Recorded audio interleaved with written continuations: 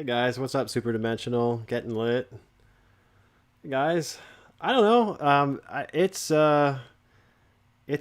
What, $500 for the whole thing? That's pretty steep. That's a hefty price tag. Hey console kits, what's up, man? Yeah, I just kind of threw up the MVSX topic. Kind of was interested, actually, selfishly interested in kind of hearing what you guys were thinking of this because I know what the retail on the arcade one ups is what $3.99, but then they usually sell for $2.99, and this is about what? Well, it's $500. So I mean that's a pretty considerable hike. Pausing Umbrella Academy, huh? I heard that's pretty good. I haven't watched it. You're in, huh? Nice. All right. I mean it's a little pricey. Hey, what up? Light up. Nice to see you. Yeah, it's pricey. I saw a lot of people talking about potentially jumping in and ripping out the device that's in there and putting in a Raspberry Pi and all that kind of stuff already. And people are getting maybe getting a little ahead of themselves. But yeah, it's interesting nonetheless. I was really curious if it was licensed because that was like pulling teeth to get that out of them. And that we don't even, I mean, I shouldn't say that. It's been a couple days. I, I assume that was their actual Twitter account and not somebody just creating that and doing whatever. But yeah. Um, yeah, I was a little skeptical, Sinister. I was a little skeptical on that. Um, yeah, what happened to the SNK Arcade One Up cabinets? Well, this would kind of answer that, right? Like if they were working with, what is it, the company Unico? If they're working with them to produce this, then and I think the SNK, the entire King of Fighters lineup is on this device, so that could explain what happened to the Arcade One Up if they decide to go their own way. The thing that the thing that I find interesting about it was that in the past, SNK would kind of announce this stuff on their own. The Arcade Stick Pro, the Neo Geo Mini, and even if you look back to the Neo Geo X, SNK was the one usually, giving some type of hype, and then, they would follow up with it. And that's what was a little strange about this, I thought. Yeah, exactly. Super dimensional. We don't know what's in it. There's no need to speculate about ripping things out. Yeah, I mean, honestly, if the past offerings from SNK from a emulation and mini standpoint are anything to gauge against, the hacks haven't been all that fast and they haven't been all that great. I mean, the high-low hack for the Arcade Stick Pro has been pretty decent lately. I think that kind of gave everybody what they really wanted on that device, but it's been a while. I mean, you figure, when did the Arcade Stick Pro come out? Was that November-ish? So, yeah, if you're buying this with the hopes of getting a hack and dropping $500, that it could be a while. But there's 50 games on it, right? So that's that's nothing to scoff at. I mean, you've got a healthy collection of games. I think you're missing shooters. The last time I looked. Yeah, and Getting Lit says an MVS and a 161 cart runs about 200 depending where you buy it from. Yeah, so I mean, with that route, you definitely need a super gun or a cab or something like that to run it in. So I get that. There's additional costs there too. It'd be interesting to see what happens with this. But yeah. Yeah, the lack of shooters was a little surprising, and also the button layout. I don't know if you guys caught that. It's kind of a 6-button layout. I guess the argument could be made for that. Actually, Retro Ralph and I talked a little bit about that on the side. I guess, on one hand, if it gets hacked, then you got that nice 6-button layout to do whatever you want with it, or you put a Pi in it, right? And eventually somebody, ETA Prime or somebody like that will do a video and document how to do that. But yeah, so you have the 6 buttons, but I also was thinking more back to the Arcade Stick Pro and the button mapping, because you got the old school people like myself and some of you guys who want to play at the old style, which actually is a little tough with the traditional 4-button layout isn't possible on the cabinet the way it looks from the design, but you can button map, I suppose. I'm hoping you can do that on this. And then, the newcomers get what they want. They're able to kind of do that new column alignment for fighters. And, the old school guys can haphazardly get what they want too, I suppose. But it is interesting, the 6-button layout. Hey, Yellow and Black, nice to see you. Lily, yes, it's $500. Don't worry, we're not buying it. It's emulation. I mean, they're not reproducing boards and putting new hardware inside this thing. It's definitely emulation based. I mean, I wouldn't be all that surprised if it's the same company that produced the Neo Geo Arcade Stick Pro, and SNK is in fact licensing this, which according to that Twitter account they are, then it may be very similar to what you've already seen from an emulation standpoint with the Arcade Stick Pro and whatnot. So, True Sinister says they kind of ran the Neo Geo library into the ground. Sega keeps releasing Genesis stuff. Yeah, you're right. I mean, there's a lot of... it's easy money for a lot of these companies. They keep coming up with different ways to package and sell these products to people who are nostalgic, that don't necessarily have big retro collections or just want to simplify. And I don't know. I mean,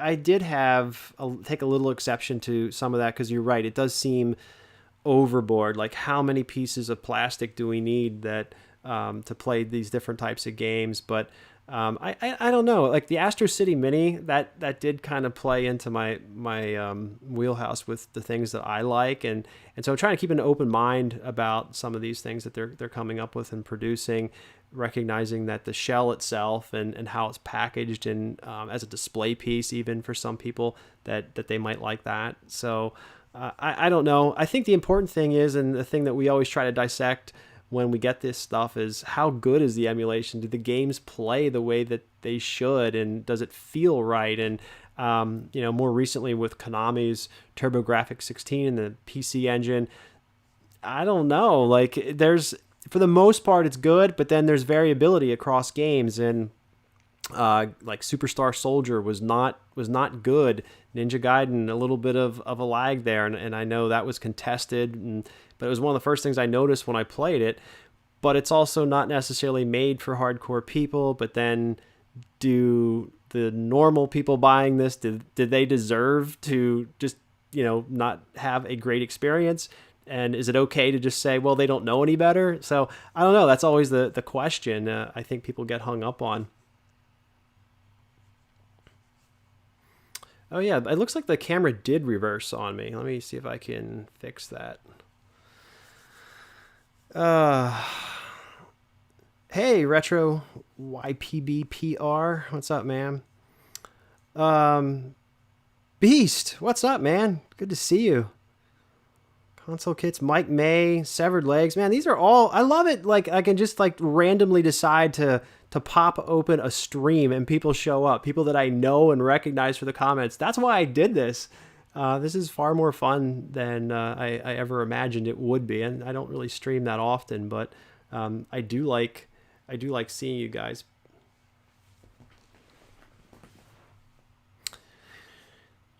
Yeah, interested in buying if the monitor looks good. Yeah, that'll be another thing. Is how I looked at the resolution on it, and I can't remember exactly what it was. It does look like a 4:3 display. I don't know if it was 720p or what, but yeah, hopefully the monitor is good and the output on the MVSX looks decent.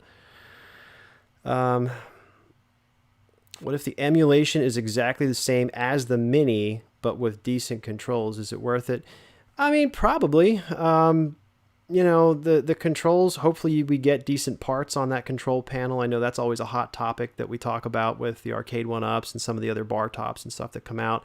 Yeah, you can swap that stuff out for $500. Like, I kind of hope that you're getting decent parts, though. I hope you're getting... I hope you're getting a Sanwa button or Seimitsu, but that might be a big ask. But again, it's $500. I also noticed that it's $550 if you decide to buy the bar top and then wait to buy the riser. Yeah. So yeah. Destiny FOMO popping back into the chat too. Look at it, all my friends are here. Console kit, severed legs, Chappie. Yeah, Chappie's not sold. I know we need to see more. We definitely need to see more on it before I think we start making purchases here. Yeah, Super Dimensional said the Arcade Stick Pro has solid stock controls. I would agree with that. I mean, I think when I did that teardown video and replaced it with the Seimitsu parts, I mean, I was saying it's almost not even really all that necessary unless you're pretty hardcore and into the Seimitsu sticks and whatnot. And it's pretty good out of the box. And that actually was one of the things that turned me around. I mean, I think you guys know I was a little hard on the Neo Geo Mini, mostly because of the video output and not being able to tweak filters and whatnot.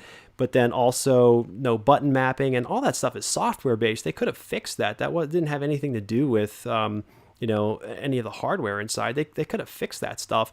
But then when the Arcade Stick Pro came out, I was like, well, I'm not buying this. Even as an SNK fan, I'm not going to pick that up. They were nice enough to send it to me, so I didn't have to pay for it. And then I was pleasantly surprised when I actually opened it up. It looked pretty good.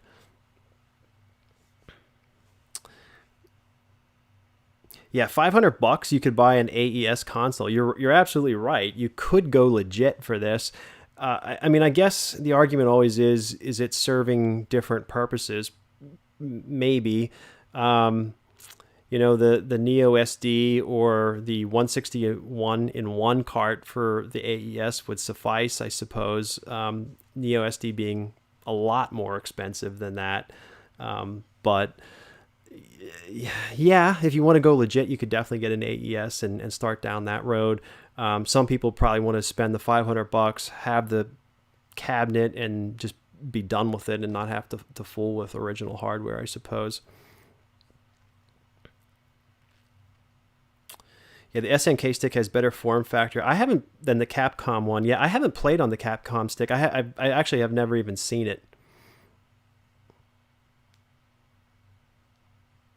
Trying to read some comments here and catch up. Yeah, Super D says, I mod everything and I left the Arcade Stick Pro stock. Yeah, I mean, it's definitely serviceable. There's nothing wrong with that out of the box. The parts don't feel cheap. I actually didn't recognize the manufacturer of the buttons or the stick right away. Somebody called it out. I think in a comment section, they linked what they thought were those buttons and parts, and it's escaping me what they were, but they're not. They're definitely serviceable. Buying an AES is a waste of money since the games are so expensive. If you're going to use a flash cart, you might as well just get the Arcade Stick Pro. I don't know if I 100% agree with that, Severed Legs. I mean, it's playing and getting the actual experience rendered on original hardware versus software emulation. But I definitely see if you're at that crossroads and you're thinking that, then definitely just go with the easier route. Go with the Arcade Stick Pro. Go with something like that. I kind of liken that to my own world with arcade hardware, where I'll install the CPS2 multi and play off of that. So it's original software. Well, it's ROMs being loaded onto original hardware. It's just a matter of getting them there. It could be a little different because we're talking about arcade stuff, and you got some connection things you got to worry about with that. But I don't know. It's definitely a personal decision, personal choice. Get a Mr. JAMA adapter. I did see that beast. Looks awesome. I was really jacked. That was the one thing holding me back from picking up a Mr. Am I going to scoop that Mr. attachment for JAMA? I actually don't have a Mr. today. I've thought about it. I've wanted to play with one. They're very expensive. They're not cheap. And the thing that was holding me back was that there was no way to easily integrate into an arcade cabinet, and that's really what I would want that for.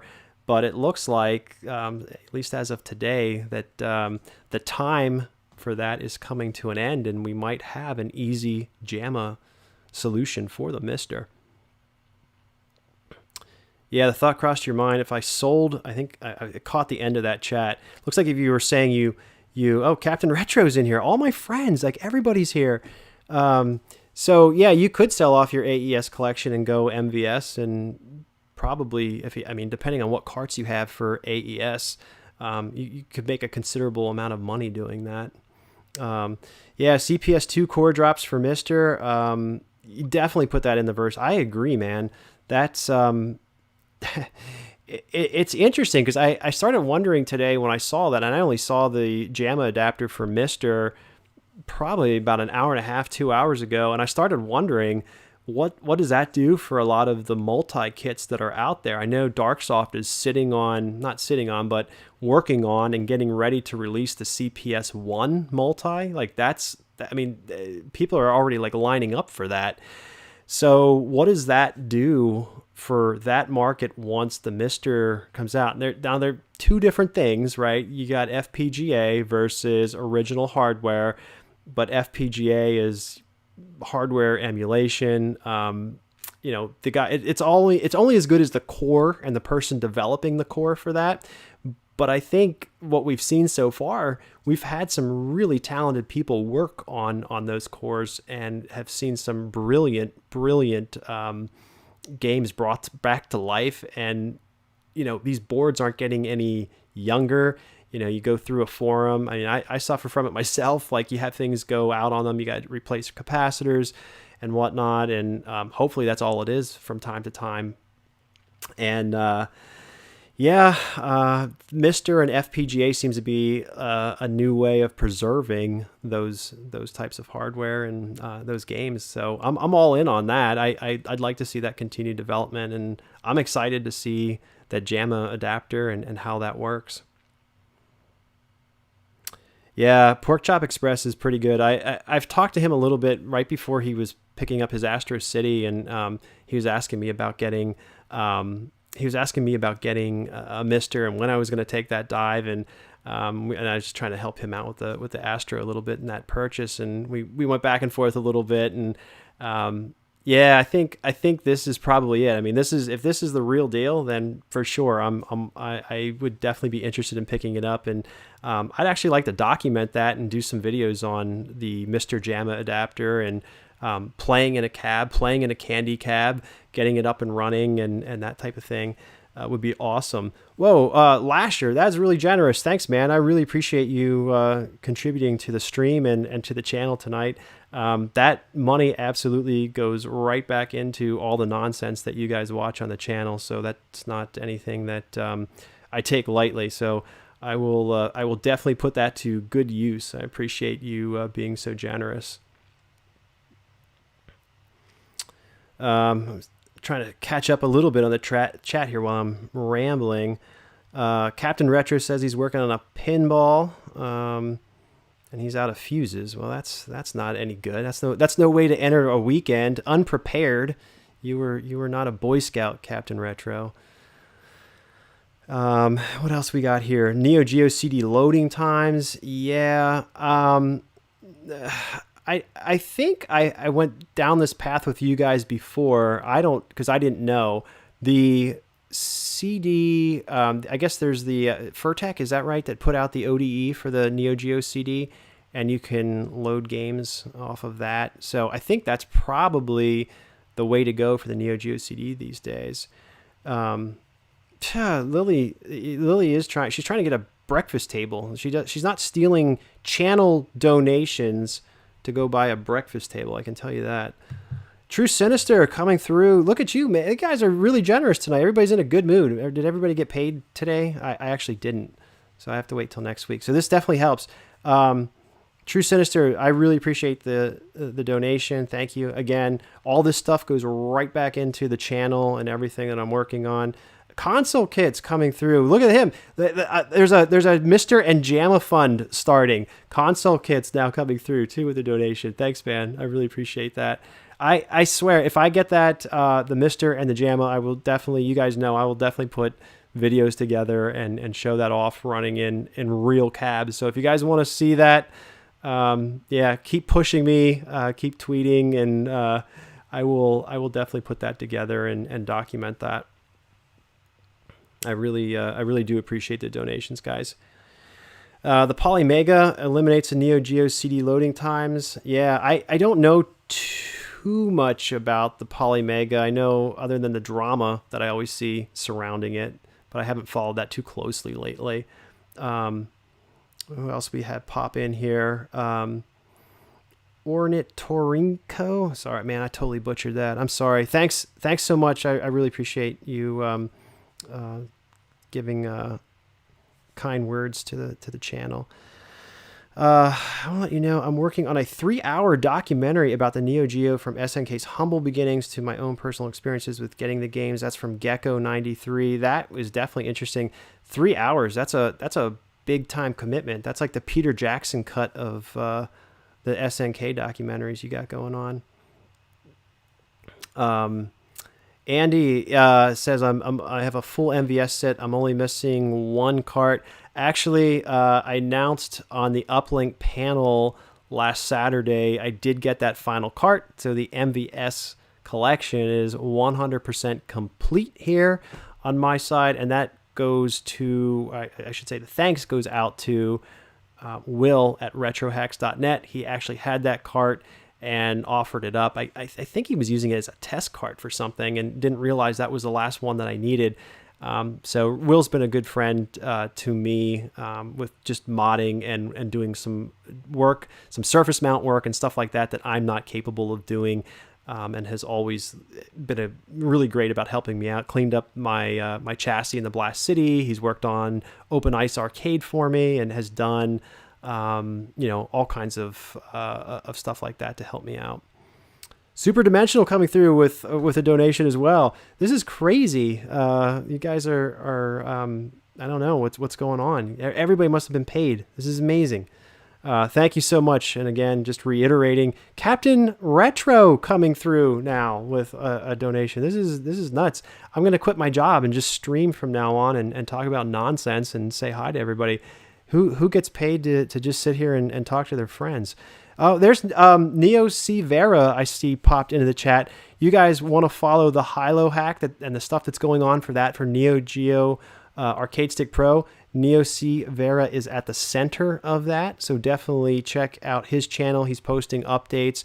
I know I've kind of fell behind a little bit on that.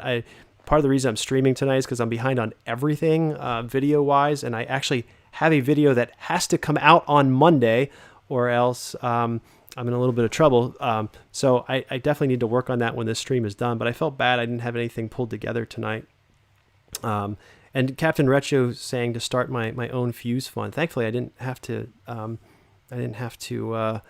buy any new fuses lately. Just some LED bulbs for replacement marquees. I hate Burning Fight. I mean, I don't know. Burning Fight, I'm definitely not going to stream that anytime soon. It's not the best beat 'em up on the Neo Geo, and that's actually been something I've been thinking about putting together as just a short video on the different beat 'em ups on Neo and kind of ranking them for myself and putting that out. Oh man, Legend of Success, Joe, that's a brutal game. I wouldn't recommend anybody play that. Fight Fever, it's interesting that you don't like that. And Gururin, that puzzle game, I actually called that out as a puzzle game that I liked on one of my streams. That's interesting that you don't like those two. I would also say Power Spikes 2 is brutal on Neo Geo. Retro YPB PR, my component guy, Central PA boys, yeah, definitely. I really appreciate that. That's another huge donation, and I appreciate you coming through and doing that. All this, I will. There's been so many donations on this stuff tonight. I will genuinely take this money. I'm going to put it aside, and it is going into an actual Mr. Fund, and I will definitely use this. I'm not going to. Probably won't be able to wait until I have all the money, but it is definitely going to that. So I promise you guys, I will put those videos together once I have it. What Who else do we have here? Oh, Neo Severa says, your video on the Sanwas for the Arcade Stick Pro inspired me to do the same. Many thanks. Yeah, I mean, I'm glad that you were able to go through and upgrade your Arcade Stick Pro. We were talking a little bit about how the stock buttons and stick for that are actually pretty decent, but yeah, it's always fun to go in and tinker and customize your stuff. Kazuna Encounter, Super Dimensional, coming through with a post for Kazuna Encounter, another interesting game in that I don't know that too many people know this. You can go out and find it on YouTube, but there's I think there's a special board that was released for the Kazuna Encounter, and you can actually link two systems up and do like a 4-player tag battle. That's the name of the game, right? So do I like Ghost Pilots? I do like Ghost Pilots. I don't it's, you know, most of the shooters on the Neo Geo are pretty good. I know some people that's probably one of their lesser favorites, Ghost Pilots on the Neo, but it's not a bad playthrough. I mean, there's better shooters, but it's not awful. Simbin, hey man, what's up? Frank,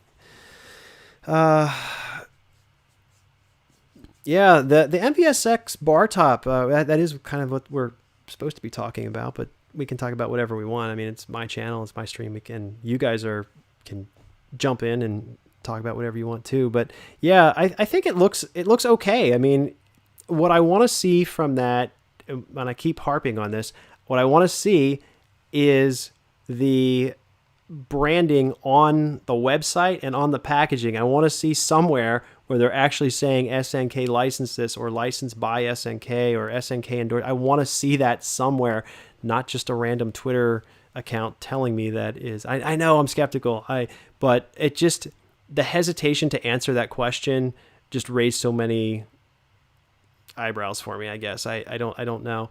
True Sinister, thank you for the donation. I really appreciate that. That's awesome. SVC Chaos is garbage. What? Yeah, I mean, I can't act too surprised about that. I know a lot of people don't like that game. I do like the artwork in that game.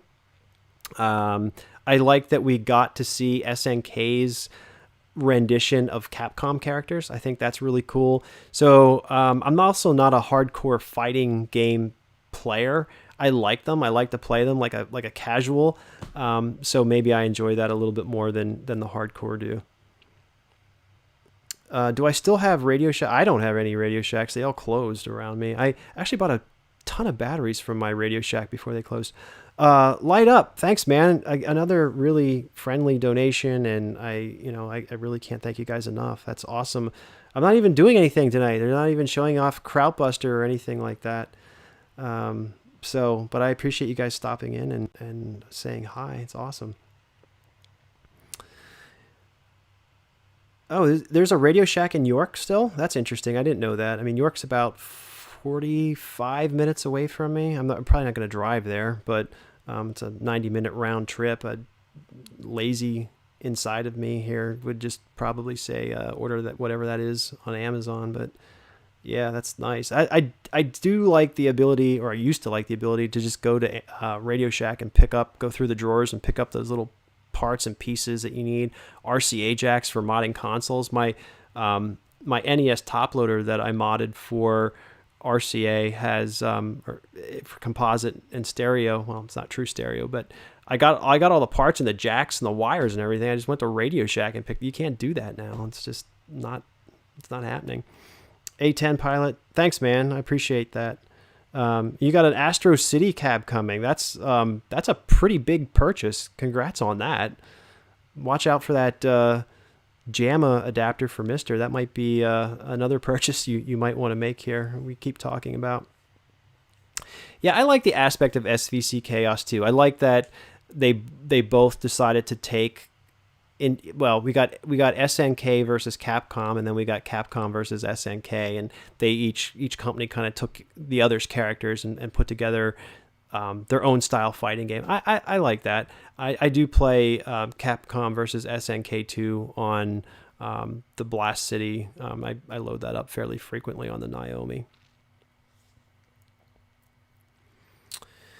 You found a good frame for your Metal Slug glow in the dark poster. Mike, I feel like you call me out on that every time I stream. I'm right looking over across the room, and that poster is in a tube leaning against the wall. I just said to Lily before I started this stream, I have got to clean this room up this weekend. I've got to get that up on a wall. I've got a Wii U promo of Mario Kart 8. It's like a big cardboard thing that hangs from the ceiling. I bought it for like $30, and I didn't hang it up on the ceiling yet. So I got to clean up some stuff here. I think people have been asking since I moved in here too, like, oh, what does your game room look like? Well, that's, behind me, that's one wall.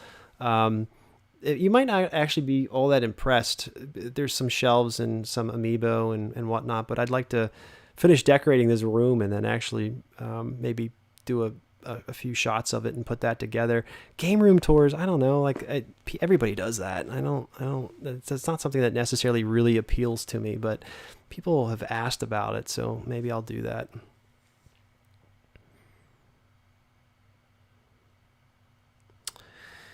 There's only 104 Radio Shacks left in the U.S. and 15 are in Pennsylvania. Well, I'm glad we're winning at something. That's impressive. And Gecko liked SVC Chaos. Yeah.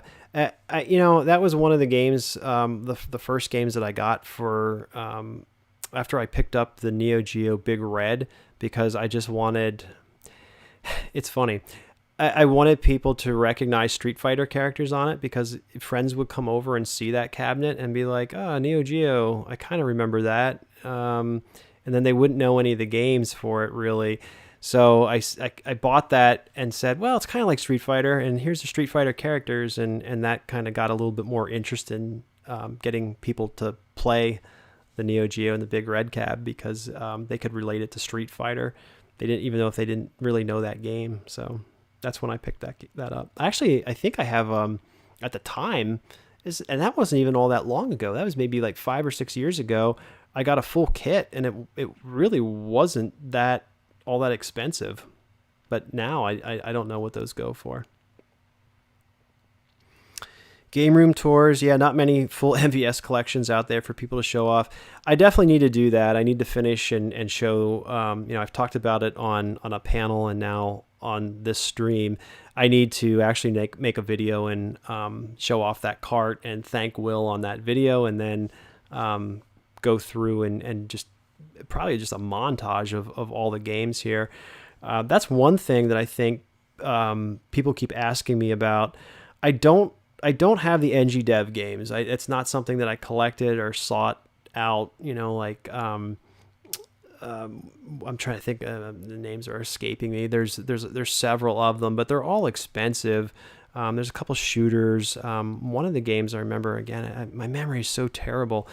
Just came out for Switch and was remastered. But I just haven't collected those. My goal really at the time was looking at the actual Neo Geo collection, from start to finish from that time period, not necessarily Homebrew and, current releases that are being done from new companies. That said, I do have Xenocrisis ordered from Bitmap Bureau and those guys, and I'm eagerly awaiting to see what that's like and how good that is.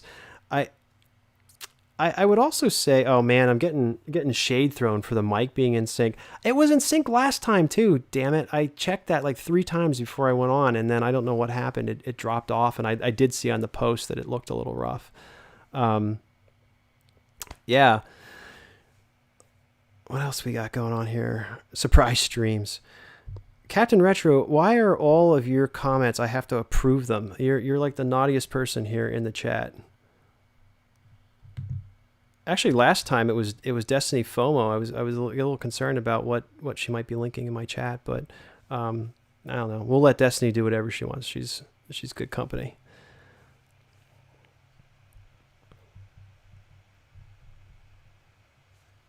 Oh, that's why your comment is hidden. But you know what? It's fine. There's certain people. I wonder, you have the worst language. I wonder, like, I never actually even looked. I know on some of the settings for YouTube, I can like automatically approve comments from certain users, and I should probably just do that for this as well. Yeah, Xenocrisis is great on the other systems. Yeah, they were nice enough. They sent me the Genesis ROM. I think it's pretty much the day they released it. I got like a press copy of the ROM, and I set it up and was playing it on the Mega SD. It's a pretty fun game. It's hard.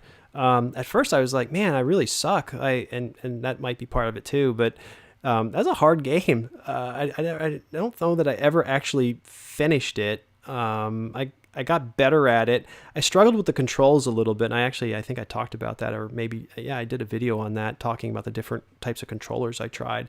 And yeah, I did all right with it, but I'm interested in seeing, it'll definitely have to play like Shock Troopers on Neo, because of the layout, I'm assuming. I mean, it's way too wonky with the way the four buttons are laid out, unless you're using a Neo Geo CD pad. I don't know. Be interesting to play, but I'm pretty certain that's what they said. It'll play like Shock Troopers.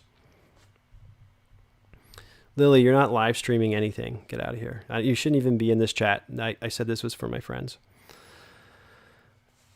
What's a good price for an Astro City? Man, that's a tough question. I mean, they're kind of all over the place. I mean, it depends if you live West Coast or if you live East Coast. And I mean, if you can find an Astro City at this point that's in decent condition, working monitor for less than $1,000, you're probably doing well.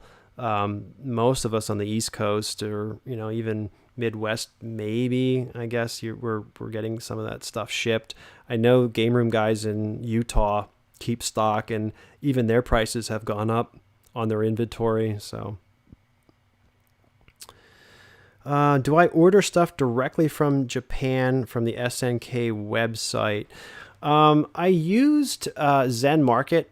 I know SNK's online shop has a link through Zen Market, and I've used them before. I'm not going to get into drama tonight, but there's been a little bit of bad blood between me and Zen Market, so I've stopped doing that, and I'll find other ways to buy products, even if I pay a little bit more for them from someone else. I just won't go through Zen Market anymore. Yeah, the Krautbuster ROM, that's, those NG Dev games have not had their, I think Last Hope is the only one that was dumped.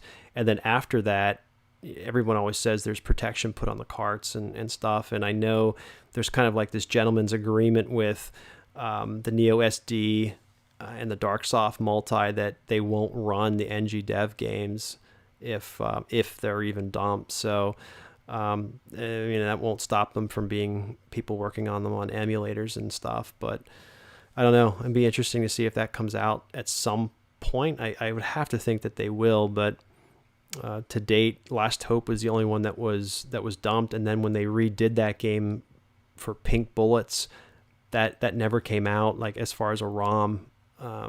So you're buying a Saturn this week from Japan. It's funny. I'm working on a video I started talking about the Sega STV arcade board, which is basically a Saturn, and that's kind of my opening in that video. Is that I've never owned a Saturn and I've never played a Saturn outside of like a kiosk at I guess Babbage's or Electronics Boutique back in the day. Nobody in college had one. I never had access to a Saturn. There it is, Gunlord. That was the game I was thinking of. Gunlord is the game that's available on Switch. So I have to say that kind of worried me a little bit from a market perspective, as somebody who used to own Krautbuster. I saw Gunlord get ported over to Switch. They did a nice job with it. It seems like a really cool game. But to me, it's not something, Gunlord isn't something that has to be played on the Neo Geo. It's not something that's part of the original library. Yeah, it was made for Neo Geo in hindsight, right? Like it's a nod, and those guys love the system and develop for it. But it's not something I feel like I have to have. The Krautbuster's the same way, where I got this cart. It's the only way to play it. But if they make that or available for the Nintendo Switch on the eShop, does that start to lose? Does the cartridge start to lose value? Because I can go and play that on the Nintendo Switch at this point. That worries me a little bit from the ability to move those carts. Not that I'm planning on retiring off of MVS carts or NG Dev carts by any stretch, but yeah, we talked about Krautbuster, I think, last month, or maybe it was in June, and it's a good game, but it's a good game, and I would rather probably play Metal Slug or Metal Slug X, Metal Slug 3 for sure.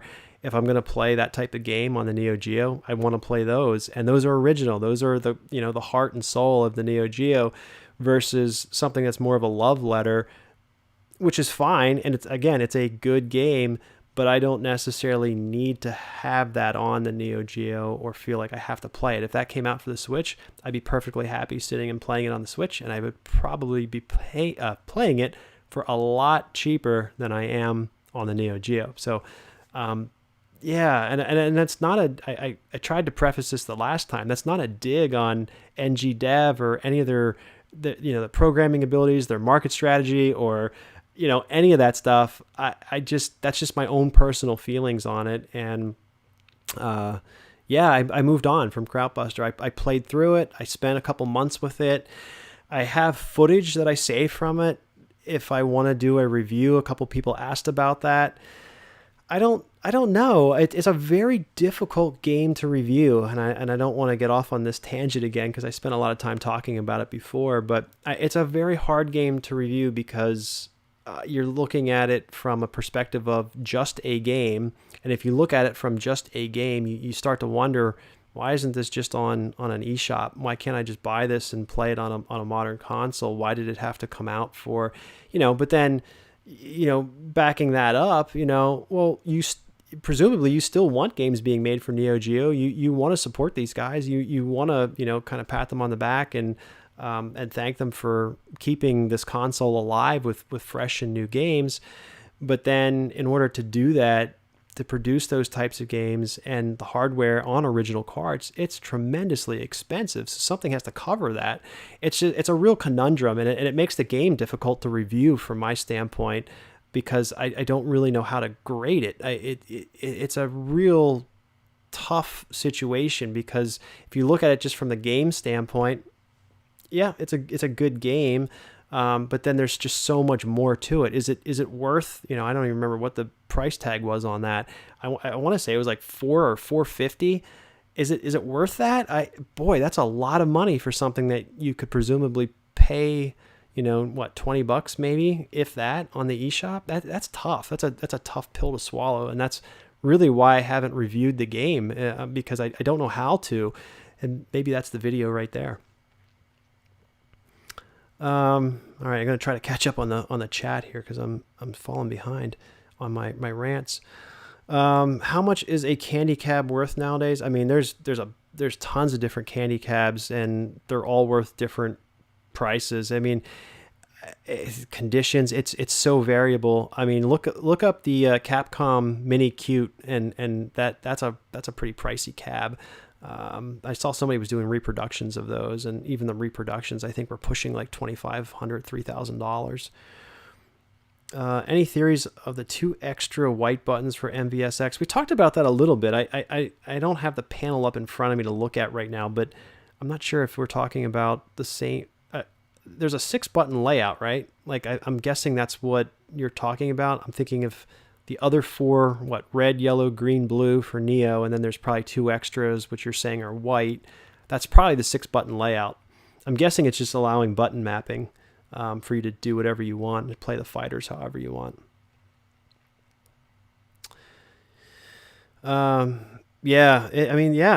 It's expensive. I see Retro Gaming Systems commenting there.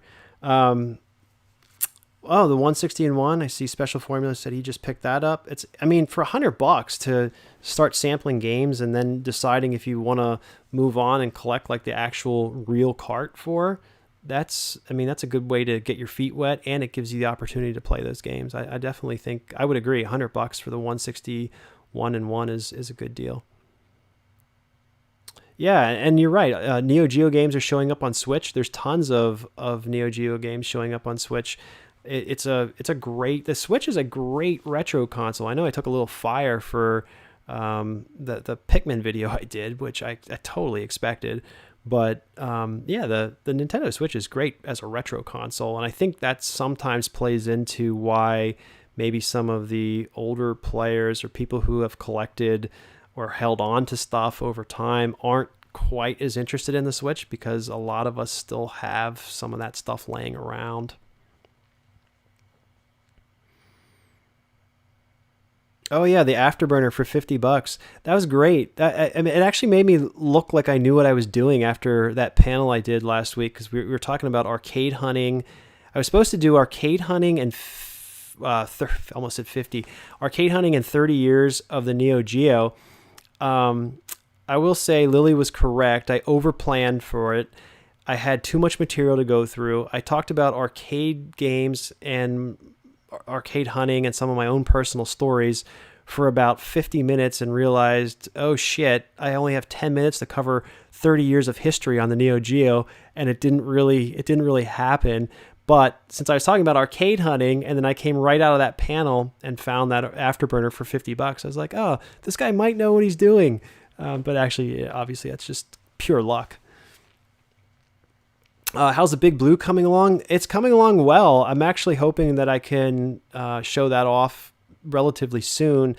It's funny because I talked about putting in those hap sticks in it and just rolling with the hap competitions that I had. And I've played some games of Street Fighter on it in my lunch breaks, and I do not like the hap sticks that are in there. And I ended up replacing those with the Euro sticks from IL, and they're a lot better. The Capcom CPS2 Darksoft Multi is loaded up in there now. The only thing, I fixed the monitor too. I think you guys remember seeing it wasn't degaussing properly, so that's fixed. So every time you turn the cab back on, there'd be like this green corner in it, and I have a degaussing one. I was like, okay, so I went over and I degaussed the monitor manually like that. But then every time you turn it on, it'd be this green spot in the corner. So I just took it apart, and it looked like one of the wires was frayed coming off of the coil around the monitor. And so I just put that back together, soldered it, and then twisted it. The way it hooks into the chassis is a little different. There's not a plug. It's actually it's two bare wires, and you just twist them together and put like a little wire nut on it. And after I did that, it was fine. So yeah, the Capcom Big Blue is coming along nicely. I think the only thing I have left is I got to figure out the bezel around the monitor. There's just some wonkiness going on there that I don't really like, and I don't want to. I want to finish it before I show it off.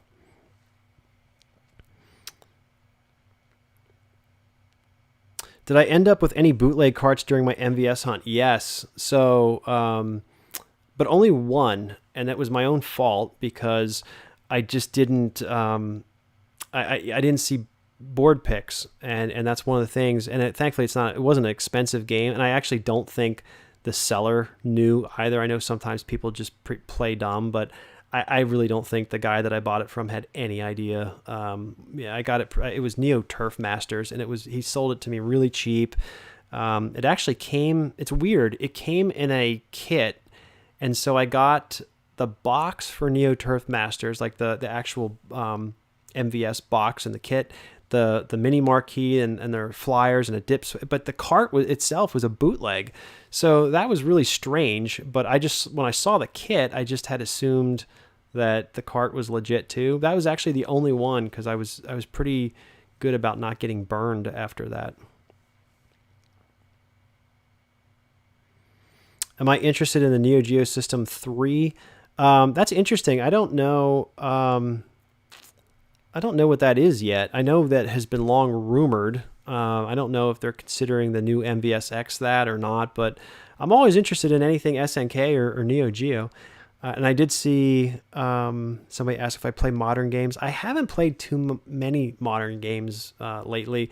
And in fact, at this point in time, the only modern system that I actually own is the Wii U, if you consider that a modern system. My Switch I got rid of earlier in the year. Probably pick one back up at some point, maybe if there's like a special edition or something. Don't own a PS4, don't have an Xbox One, so I guess I don't really play all that many modern games. The last thing I probably played was Luigi's Mansion 3, and then when I was done that, I just unloaded the Switch. I do see Retro calling out Unico. It's interesting. So Unico actually has another product right now that's hovering that is a dual arcade stick. It looks a lot like the Pandora's box things that you might see online and buy. It's basically just a big control panel with 2 sticks, 6 buttons, HDMI out, you plug it in, and it's got, I forget how many, I think I want to say 30 Neo Geo games on it, but I thought that was interesting that it was only Neo Geo games on it, and it doesn't look like something that's licensed, but it is made by them, and it's only Neo Geo games. So they asked if I wanted to take a look at that, and so sure, yeah, I'll take a look at it, and we'll show that on the channel at some point here in the future when I get it. But my assumption was that was not a licensed product just by looking at it. Again, there's nothing on the website or on the box or anything, at least the promo box art, that says SNK or SNK license. It just looks like something they threw together. Yeah, but Unico I then saw was also doing the MVSX. So maybe they have some type of partnership going on. Who knows? It would be nice if SNK actually gave that the green light and would sign off and say, or at least acknowledge that they have this going on.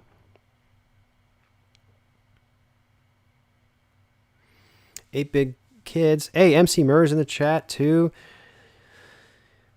Would not regret buying the Neo Geo Gold when it was $129. Oh man, if only. I do have an MVS memory card plugged into my cabinet downstairs, and then the consoleized MVS that I have has it built in with a Neo Save Master. Okay, so Retro's saying that the parent company is Chinese and Unico is the U.S. brand for U.S. sales. That's interesting. Yeah, Freezerburn is mentioning that Unico is the same company that did the Neo Geo Mini. Yeah, they called that out on Twitter when I was pressing, like, is this licensed? And I felt like I asked that like 3 times before they finally answered. And then, but that was one of the things they touted. They're like, we did the Neo Geo Mini, we did the Arcade Stick Pro, and then we did the Neo Geo X. And then people were like, kind of like, well, maybe you don't want to mention that you did the Neo Geo X, but it's interesting. Yeah, I mean, it's funny the Neo Geo X is it's a pretty polarizing console too, because out of the box, I don't think that thing is great. But then if you mod it and you can get the games running on it, I want to say I think Final Burn Alpha runs on that, and you can play them in their actual like 4:3 aspect ratio as opposed to whatever that 16:9 screen was that was in the device. And I think people that have modded the Neo Geo X and have played it and have talked about it say it's actually pretty great after you've done some work on it yourself. But I don't know that that's the best measuring stick for a product, thinking that you're going to have to do some work on it when you get it out of the box. I mean, I know, you think about other things that you wouldn't be real happy about if you had to put that kind of time into.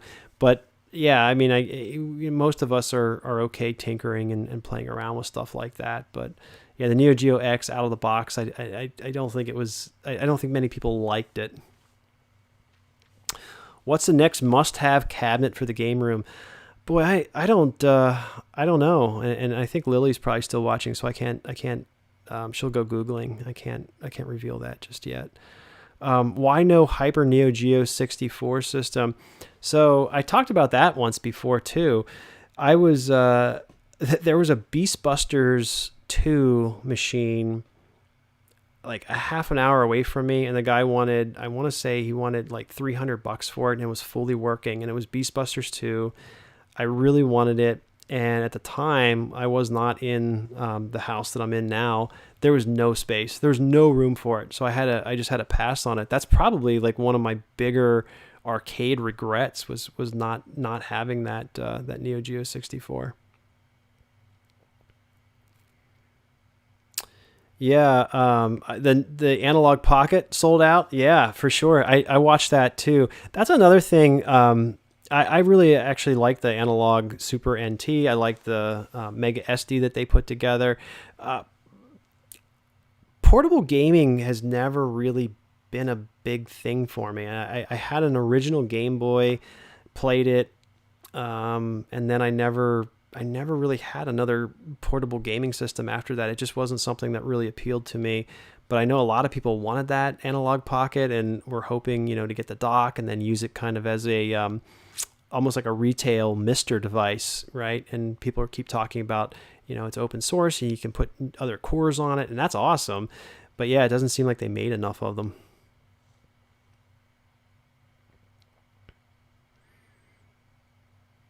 Oh, Street Fighter 2 World Warrior cab, MC Mur. Yeah, like just get one of those classic like Dynamo cabs. It's got like the fold in on the corners, or even like the Z-backs, the old, that World Warrior used to come in. That's the way to play it. I do love those old Street Fighter 2 cabs. Hey, Delusionals, Arcade is in. Hey, man, good to see you. Another big-time arcade guy. Definitely check out Delusional's channel. Check out his Instagrams. A lot of cool pictures of arcade stuff if you're interested in that kind of thing, which if you're in the chat, you probably are. Dr. Gamelove's asking, do you guys hate the arcade 1-up stuff? I don't even know if I want to go there. That seems to be such a tough topic every time I start talking about it. I didn't.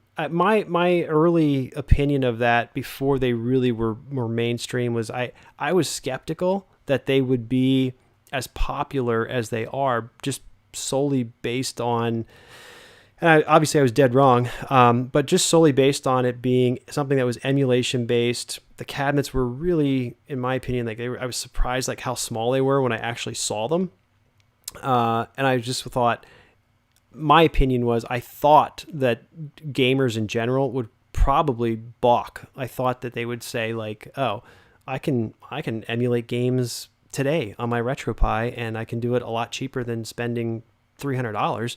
But I was wrong. And people ate those up and they seemed to like them, and that's great. That's okay.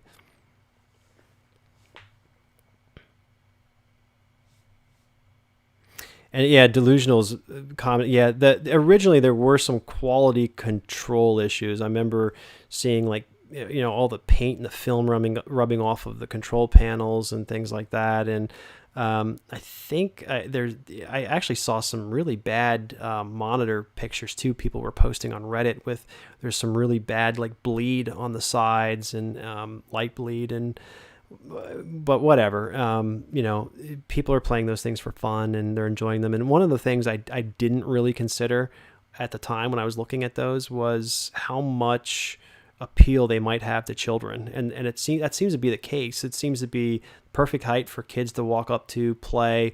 And there's a lot of people seem to be enjoying playing games on those with their kids. And that's great. They should definitely do that. Yeah, the final fight in Marvel Heroes cab. That's another thing that I haven't ever mentioned. I just mentioned this though to MC Mur, I think this week or maybe last week when we were texting. One of the things that I really like about arcade machines, and some of you guys will probably jump in and say the same. I like the shapes. I mean, I was just talking about like the dynamo and how the corners curve in on the front of the control panel, the Z-back, right? And you start getting nostalgic for the actual cabinet. And I mean, a lot of you guys probably, without even being, if you're not even like that into arcade machines, the certain shapes that those machines have. And I was a little disappointed early on that Arcade 1-Up cut that corner. Everything was the same shape initially, and they just put different artwork on. I know why that is. I know why they did that. I understand. But that was like something that I was like, because you get those little models, and there's those companies that produce like the little Asteroids Deluxe cabinet, and all those machines have their own personality. They have their own shapes and cuts, and are designed differently. And that's part of what I like about arcade machines. That we were just talking about the Capcom Big Blue. It's tall. It's a big ass machine. It has a huge marquee. It's got front facing speakers. I love all that stuff. If I'm buying something that's a nod to that, it should look like that. I want it to look like that. But I know not these things aren't necessarily designed for people like me or us necessarily that are looking for that type of thing. But that was always something I thought they could have done better on. I did notice, I think MC Murr has the Burger Time cabinet, and I did notice that they did cut out like the chef's hat and all that, and that is looking pretty accurate. And so I think some of the more recent cabinets may have unique shapes and look more like what they did back in the day, but I haven't really kept up with it too much.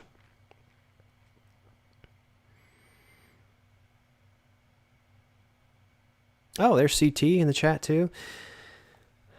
Light Up says he's not 3 feet tall. Yeah, even with the riser, I think I was just surprised that and the one that I saw at my local Walmart when they first came out was actually like it was on the riser and it was up like on like a shelf, and it was still I'm not that tall. I'm 6 foot, but yeah, I don't know. It's you definitely just get a stool and sit at it. And in my mind, it's no different than a candy cab at that point. And I don't mind sitting in a candy cab. Yeah, the Star Wars arcade one up. That is pretty sweet, I have to say. And I know people have talked about the yolk on that and said it's pretty good. Like the yolk is pretty decent on that. And people I know in the arcade forums were like, I wonder if we could steal that and actually repurpose it for genuine machines, because sometimes that's hard to find. So I don't know what progress has been made on that. I haven't followed it too much, but yeah, the Star Wars is a great that old Star Wars with the vector monitor. That is a classic arcade game. I love that. That would be something. Somebody asked about what arcade machine I would like in the basement. That probably, but some of you guys probably know that those are never cheap when you find them. Mike May said he canceled the NT Mini. Yeah, that's we were just talking about Analog and the Analogue Pocket. That's not something that I ordered either. I have the high def NES kit installed in my top loader. That's all I really want out of that is 1080p out, and I have that. The EverDrive for the NES supports save states. I'm pretty much set. I don't necessarily know that I need to spend $500 on the NT Mini, but it's a badass looking console. It's gorgeous. It's cut out of aluminum, and it's a really sexy looking piece of hardware. So more power to you if you like the NES and Nintendo's your system and you've got that. Definitely indulge yourself, but it's not cheap. Oh, Spy Hunter, that's another good cab. Outrun and Daytona arcade one up. I actually wondered that. I wondered how or if they were going to attempt to do either a light gun game or a racing game. A racing game is tough. I mean that's a tough thing to do. I mean, I guess you could do a stand-up version of like Outrun or something like that. Virtual racing. I mean, even Daytona has a stand-up version. And then you got to, the pedals, and are they going to be able to do the shifter, the steering wheel? I can't imagine that would be as cheap as the other arcade one-ups. That would take a little bit of design. And I'd also be a little concerned about the durability of something like that. But I wouldn't mind seeing them attempt to do that. Actually, with the NBA Jam, the NBA Jam machine, I know that it's networked and you can connect over Wi-Fi. That actually wouldn't be all that terrible. A stand-up Daytona that had Wi-Fi and you could connect and race 8 people. That's pretty appealing actually to think about. Dance Dance Revolution. Yeah, I don't know you're gonna see that either. Oh, full Thomas wave set. That's impressive. Yeah, I know there's a ton ton of bootleg Atomus Wave carts out there, and that's something that I actually don't own an Atomus Wave board or carts, but I do net boot the Atomus Wave to the Naomi and play the games that way. Dolphin Blue's great. Dolphin Blue's the best Metal Slug since Metal Slug 3.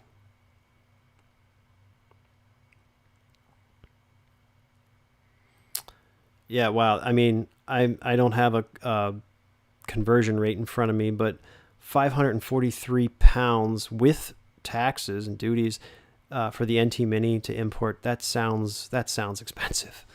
I'm sure you can probably come up with a better solution for that. I know a lot of people were talking about. You guys call it out in the chat because I'm gonna. Is it the AVS that does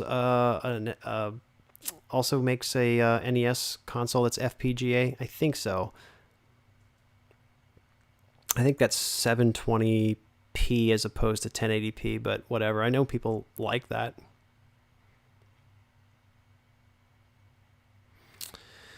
Yeah, I mean, the analog CMVS, I would, yeah, I mean, I know they made the wooden one a few years back. They did a consoleized MVS board that was pretty nice. I mean, there's definitely, it's high quality. It's done in, I think there's a black version, and then there's like a standard like walnut shell that they made for it. It's all in wood, both the stick and the console itself. I've really been hoping that Analogue comes out with an FPGA Neo Geo console that would take both MVS and AES carts. That would be stellar. The problem is I don't know if there's as big of a market for that as there is for, say, like obviously the Analogue Pocket. People are just beating down doors to get that. The Nintendo version, right? That's people have NES carts. People buy flash carts for that. I don't know what an EverDrive goes for right now. I want to say it's probably like $100, right? But the Neo Geo, how many people have AES collections or MVS collections? Flash carts for that system are not $100. You know, the Neo SD is pretty pricey.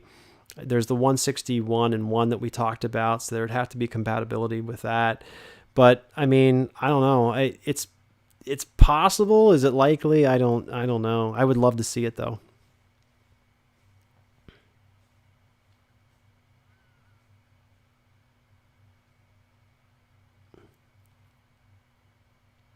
Oh, the high-low stuff Neo Severi's talking about. I did wander over to check out your page, and I did see some of the Capcom stuff you guys were doing. I did catch that.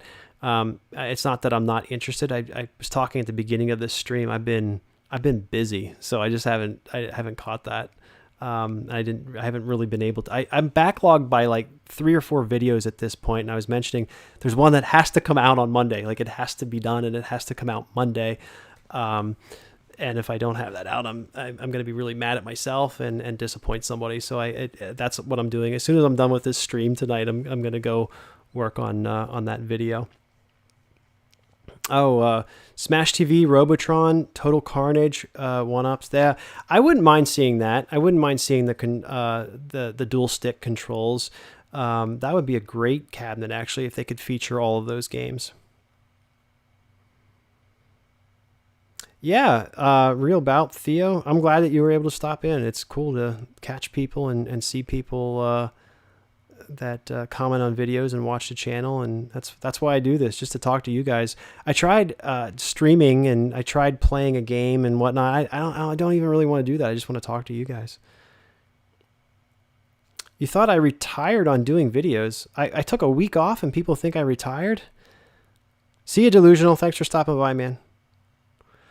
Yeah, it's funny. I know some people, somebody was telling me, actually they emailed me and said that they were like unsubscribed from me, and they don't remember like unsubscribing, and they thought that I had like quit, and they just weren't seeing any of my videos. And there was another person that also contacted me and said they missed they remained subscribed, but they missed all the videos because they didn't ring the bell. And it just seems like such a pain in the ass on YouTube that it's like, do you want to subscribe to this person? Yeah. Do you really want to subscribe? Because if you really do, then you have to ring the bell too. It's like this 2-step process to make sure you stay up to date with people that you actually want to watch, which is, I don't understand why that is, but yeah, whatever.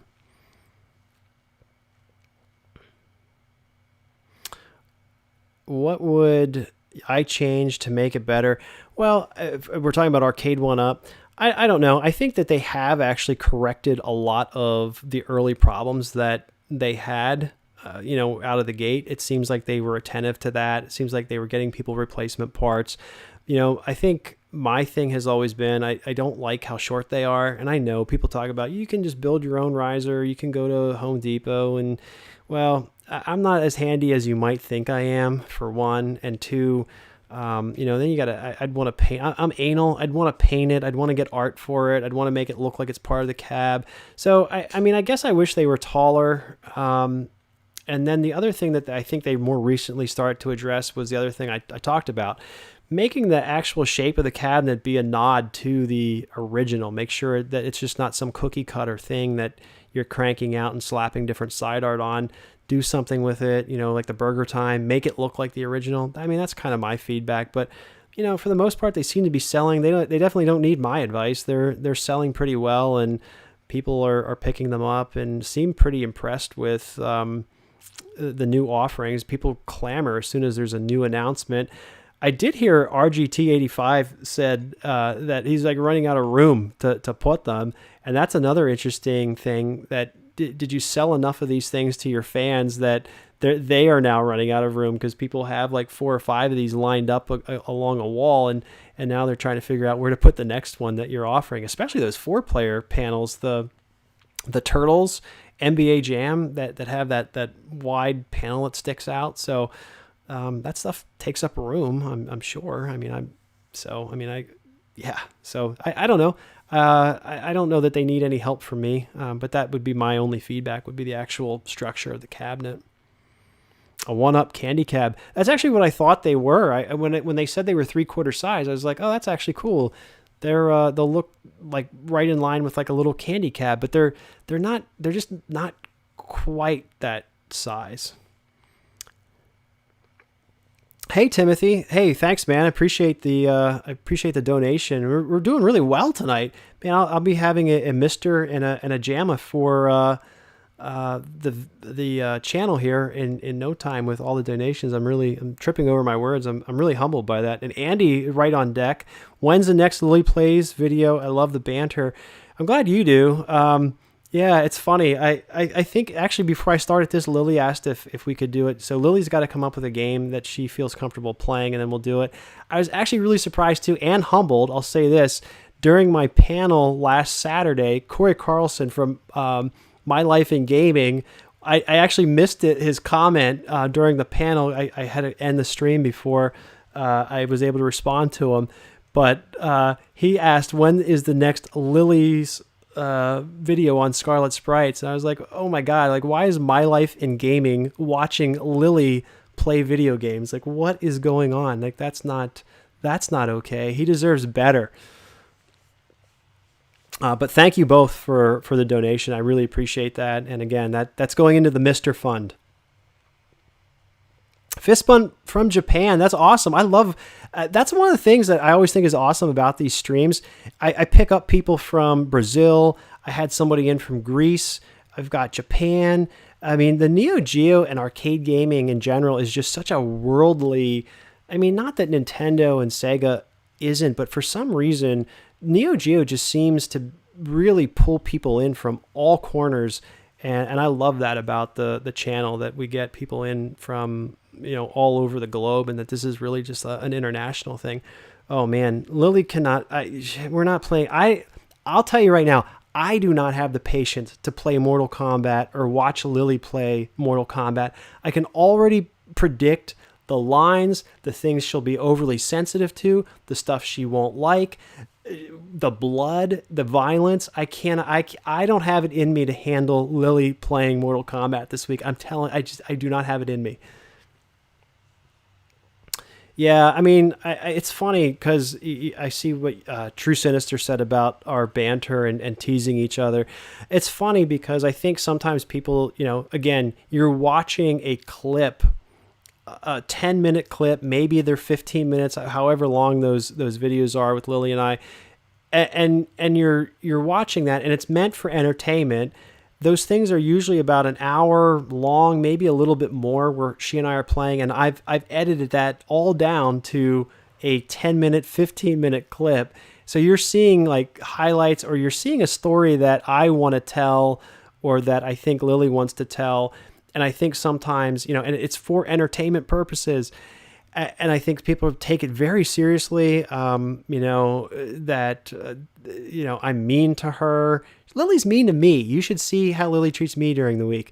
But no, we have a very good relationship and we get along really well. And I wouldn't be able to do a video with somebody like that I didn't have chemistry with. And it is all in fun. And we do tease each other pretty relentlessly throughout a week.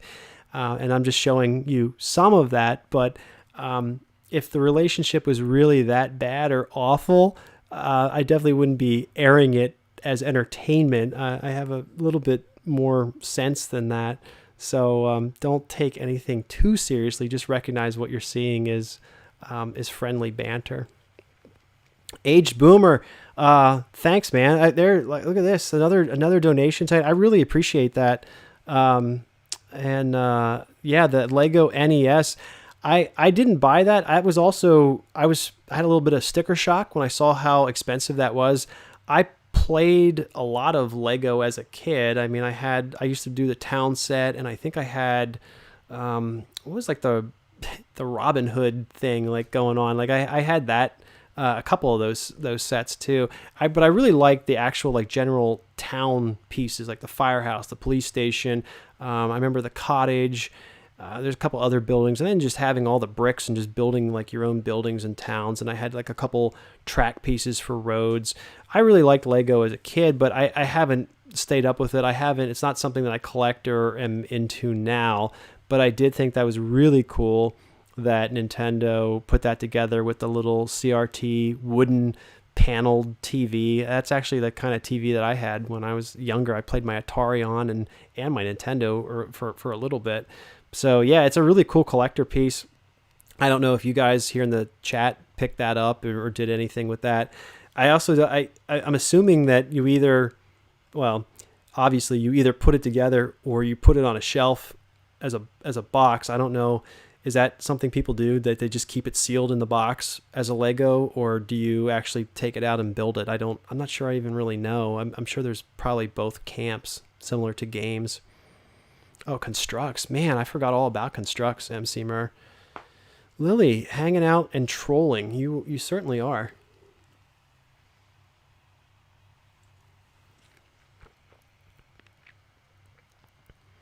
Are you more of a fan of Orochi Saga or Nest Saga when it comes to King of Fighters?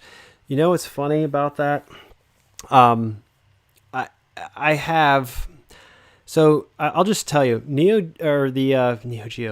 Geo, the fighters on that, I like them. I'm a casual fighting fan. I will play King of Fighters 98. I actually am one of the few people that probably likes 2003. I like the artwork. I like the visuals. I'll listen to the audio tracks, the sound. I don't necessarily pay attention too much to the storylines and the characters on that as much as a lot of other people do. There's other things that interest me in fighting games, and I'm not a hardcore player. I'll say this, and you can revoke my Neo Geo card, but I would rather play a Capcom fighter than sit down and play most Neo Geo fighters. Doesn't mean I don't play them or I don't like them, but if I'm going to do a fighting game and I want to get into it, I want to learn a little bit more, I'm probably going Capcom. But yeah, 98, the other staple obviously is 94, and then 2003. I don't know. I know everyone goes 2002. I like 2003. And again, it's probably because I'm not a hardcore fighting fan. I'm not noticing a lot of the intricacies that some people do. I like it for different reasons. I play it for fun, similar to sports as a kid. I was never going to be a professional hockey player. I played hockey for fun. I went out and had fun playing with my friends, and that's really in general, usually not just with fighting games, but with video games in general. That's what I do. I play them for fun. I'm not necessarily good at everything that I play, and most of the stuff I'm probably barely above average on, that things that are relatively new that I'm picking up. 110-degree heat index. Oh man, in Houston. One of the guys I work with lives in Houston. I always ask him how it is down there. I know he has a pool, and he was talking about the water in the pool like got so hot that he didn't even want to get in it because it was just like baking. And he obviously doesn't have a heater or anything. He just said it was not fun. And there's Brian Cordova. Nice, man. Good to see you too.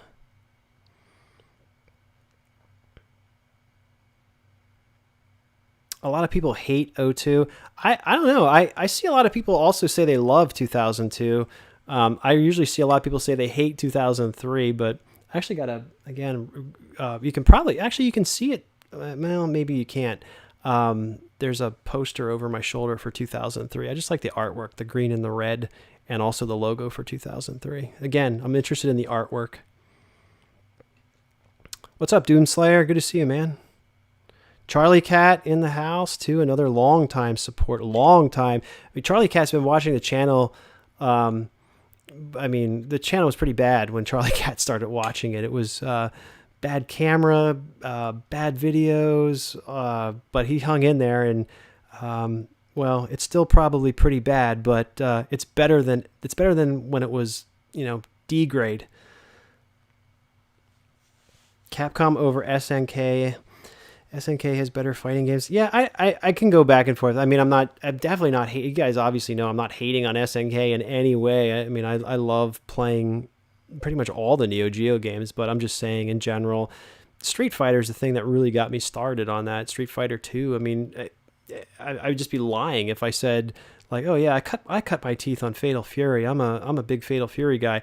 Well, I like it, but it was Street Fighter 2 that really introduced me to fighting games, and that's what I played most of.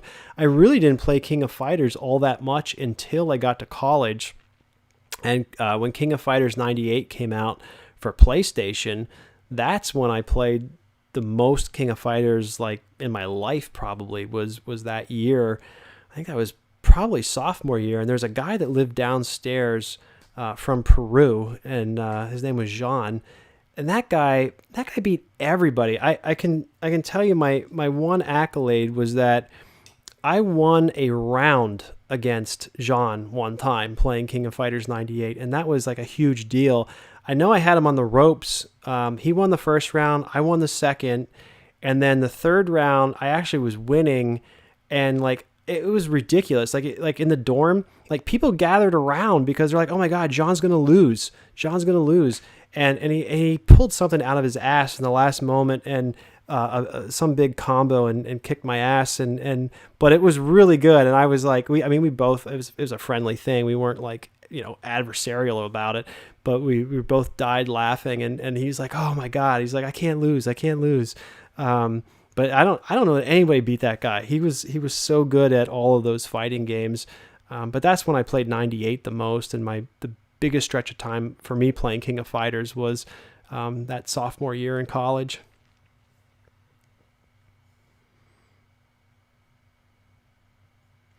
World Heroes Perfect. I do like World Heroes Perfect. Again, not a big World Heroes like fanatic, but I mean, obviously if you're going to play one, World Heroes Perfect is probably the way to go. Old Fatal Fury games are extremely stiff. Later games had weird controls.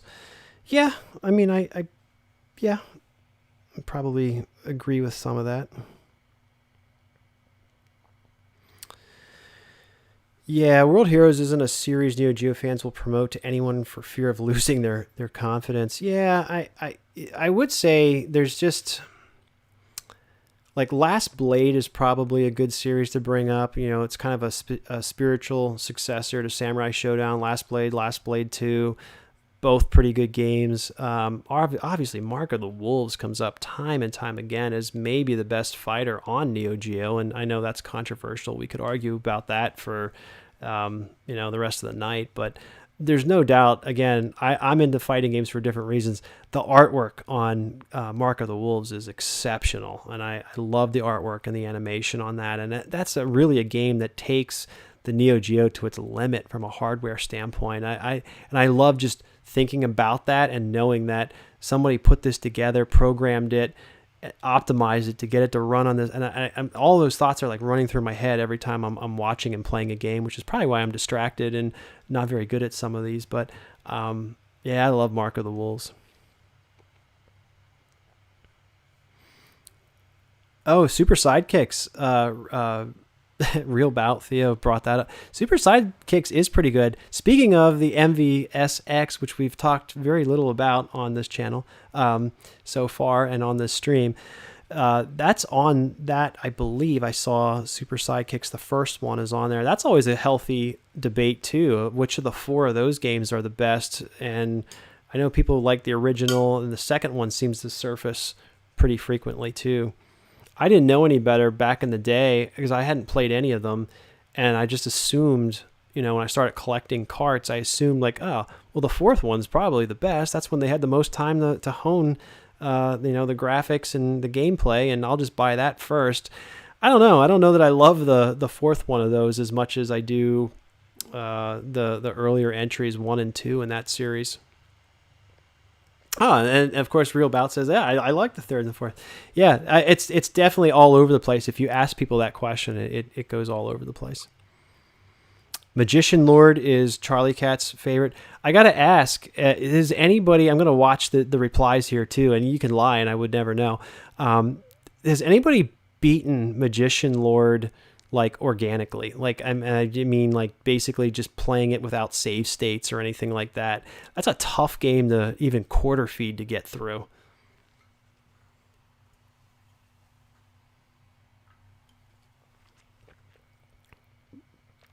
I'm gonna again, at the risk of losing my Neo Geo card, I have only finished Magician Lord via emulator with save states, not like saving and then just like every few seconds or any of that nonsense, but I mean like just saving at the end of a level and then trying to pick it up, learn the level, saving it, picking up the next level, and then just doing that.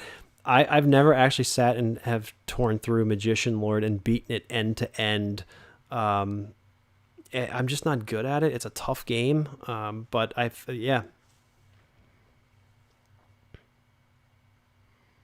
Yeah. So there's honesty in this chat. There's people that have never beaten Magician Lord organically. It's a tough game. It's really tough. Oh, look at you. Arcade Ren says he beat it on the AES back when it came. That's even more impressive. Fight Cat's here on his lunch break. Nice. Well, thanks for spending your lunch break with the Neo Geo and arcade fans. Light Up finished it without save states on the Neo SD. That's very impressive. I feel like that's the next challenge for myself is I'm going to have to put that in, and I'm going to have to learn. I mean, the first two stages are fine. Like you can get through the first two stages, and then like, shit gets real on the third installment of that game, like the third stage, I should say. That's when you're in for it, and the game's kind of done playing with you. It gets hard. Yeah, I mean, Deep Green's like, even the first boss annihilated me. It's funny because, I'll probably get myself in trouble. So many people, like not just talking about YouTubers or people that stream, but people just even on Twitter and stuff. There's a lot of posturing from time to time, like, oh yeah, I beat that, or yeah, I finished that one, and it's like I sometimes wonder, did you? Because it's okay to admit that you didn't, and some of this stuff is really tough. Some of these games are pretty damn hard, and it's okay to be an adult and be honest from time to time. But obviously, there's a lot of boasting and stuff and whatever. Sometimes I don't know that everybody's being 100% truthful on the things I see on Facebook and Twitter. I'm gonna call this out. I'm gonna pat myself on the back. True Sinister just said Scarlet keeps talking about hard games. He must love Battletoads. Fun fact, I beat Battletoads way back in the day when I got it. I was in 7th grade, and I am immortalized in Nintendo Power Magazine. My name is in there for finishing Battletoads. It's the Castlevania cover, the Super Castlevania cover print. I think I have the magazine somewhere.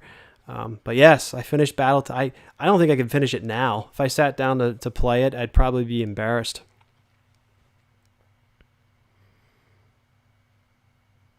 Yeah, Sengoku is another good game. I love Sengoku, and Sengoku 2 is probably the peak there.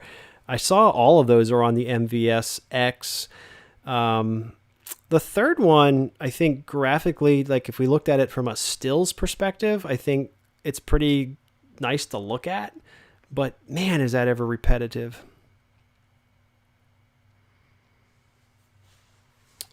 Baseball Stars 2 was fun to beat. Yeah, I always liked Baseball Stars 2. I had that for, I had the Nintendo version as a kid. Obviously, I didn't have a Neo Geo growing up, but I had Baseball Stars 2 on the NES. I always liked the RPG element. I think it's okay to say RPG elements of that when you're signing players and raising money, and that's really cool. That's a cool aspect of that game that a lot of games on the NES didn't have from a sports perspective at that time period. But obviously, Baseball Stars 2 on the Neo Geo is amazing. Oh, True Sinister, look at this coming through. Thanks, man. I really appreciate that. Man, so many donations tonight. I mean, it's definitely a Friday. People definitely got paid. I really appreciate it. It goes right into the Mr. Jamma Fund. So I appreciate that. I feel like I'm promising that video is going to definitely have to happen when I got enough money here to pull all that together. And start hitting up Pork Chop Express for me. Tell him you want to see that Jamma Mr. video on ScarletSprites. Start giving him a hard time. I hope he's not in the chat. Oh, wow. Neo Severa says Viewpoint is a game he beat legit. Viewpoint, wow. I don't know. That's I was just going to say, like, what is the hardest Neo Geo game that you think that there is?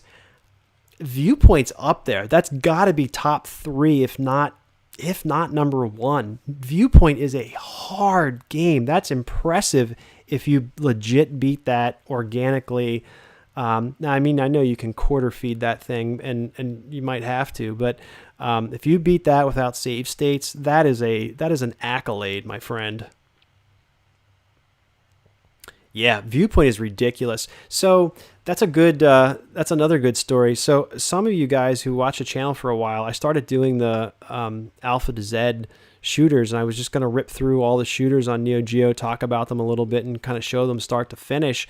And I got up through Pulstar, and I got to Viewpoint, and I've filmed a couple times, and I've gotten far, but I've never actually finished Viewpoint in order to put the whole video together. And at this point, it's been like a year and a half, I think. Like, I don't even know if I can put like the pieces together because it just seems so out of sync because it's been so much time that I've spent on playing Viewpoint here and there to assemble that whole package to put that video together. It's like, oh, here's Joe from 2017 or 2018 playing Viewpoint, and here he is in 2019. He's finally on the fourth stage. So it's interesting. I've never finished Viewpoint, and I really need to because I want to finish that off. And Z-Blade's nothing. Like I can easily I could do that like tonight if I had to. Like, Z-Blade's a pretty easy game to get through. But yeah, Viewpoint that's just such a tough game. Pulstar is tough. I struggled with that too. Pulstar is, I think, I know, again, there's debate about this because of some of the pre-rendered graphics in Pulstar, but I really love the music. I love the way Pulstar looks, the feel. You know, we've argued before, and it's an R-Type ripoff. I don't care. I love playing Pulstar. I think it's a great game. And I think that was 2 summers ago at this point that I really just sat down and dedicated myself to memorizing a lot of the stages and the gameplay. And if you don't, I think you can pay for it pretty easily in that game. So it's not something you can just like, coin up and plow through. It's going to make you pay for that, especially the later. You might be able to get through, the first 2-3 stages doing that, but the latter stages are pretty tough. I want to say Last Resort is also tough, but not as hard as Pulstar is. Hey, Ian Hobbies, you're not late. We're just here hanging out. I see Charlie Cat also asked about NG Dev Team. I did talk about that before you joined a little bit. I won't recap that too much right now, but I think it's great that they're doing stuff for the Neo Geo, and we're getting new games. But it's not necessarily something I want to spend a ton of money on. I know you're a big fan. I know you have all of the NG Dev games.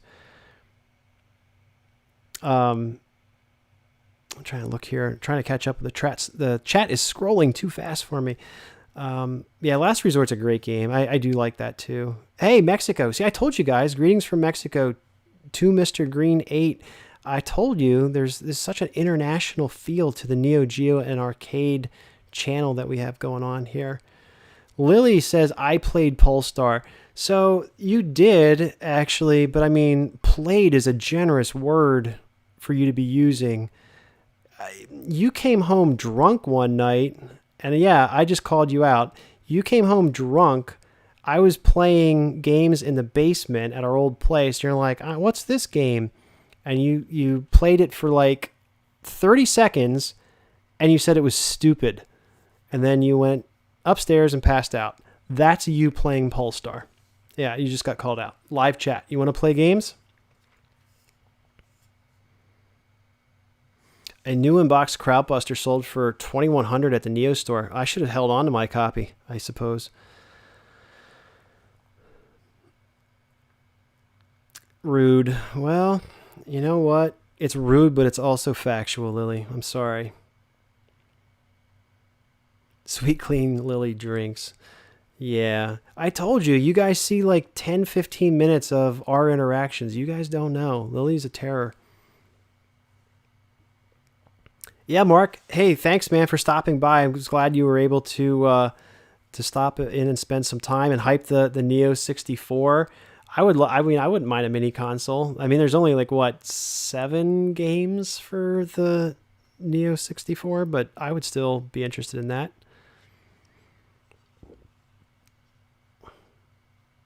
Yeah, Blazing Star. The end of Blazing Star is a very interesting gaming trip. I would agree with that. You're saying it's like a bad acid trip. More Lily. Why does everybody want more Lily? I was just talking about like even my life in gaming is wanting more Lily nonsense videos. They're easy to do, that's for sure. We can put something together this weekend.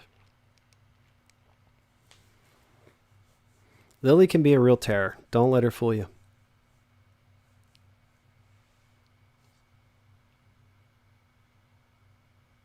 Release a Neo Geo 2 console. I wouldn't mind seeing... I have to think at some point SNK is going to put out like an AES classic, and they're just sitting on that. Like, it just seems like so obvious that that's coming. They haven't capitalized on it. I mean, the Arcade Stick Pro, the Neo Mini, now we're going to see the MVSX, which we think is licensed by SNK, but we're pretty sure that it is. The AES Classic has got to be coming. Like, I have to think that they're gonna put that out, but what they're waiting on or the timing on that, who knows? I do not have the Commodore 64 Mini. I was actually talking to who was it that I think it was Todd from Todd's Nerd Cave. I think I talked to a little bit about the Commodore 64. I don't have it though.